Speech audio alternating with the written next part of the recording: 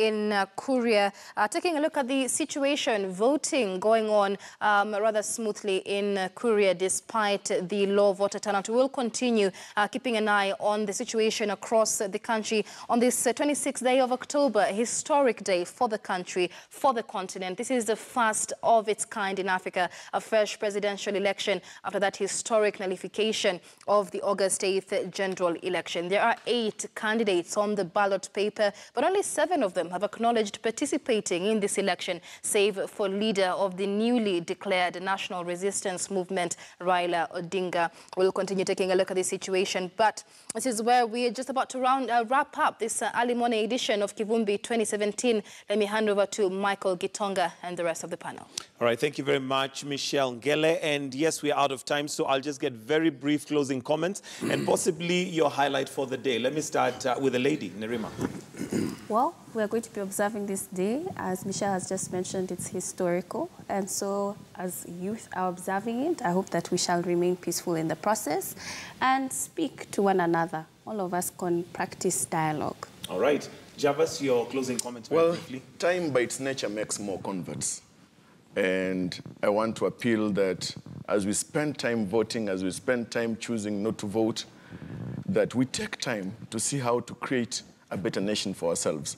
Because as Obama said it some time back when he visited our country, that we've just borrowed present time and moments from the generations to come.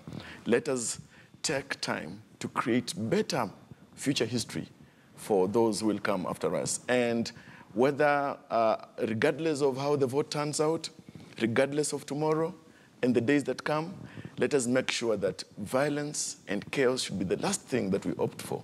We are better when we are peaceful and progressive. All right, thank you. Dr. Mukhwana, your closing comments. Thank you, Michael, for hosting us, and just want to thank Kenyans who have woken up to vote and those who have woken up to stay home and keep the peace.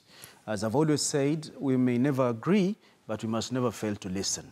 When the good Lord calls each one of us to account, each one of us must have a good account to give to our good Lord. We belong to one Kenya because we found it one.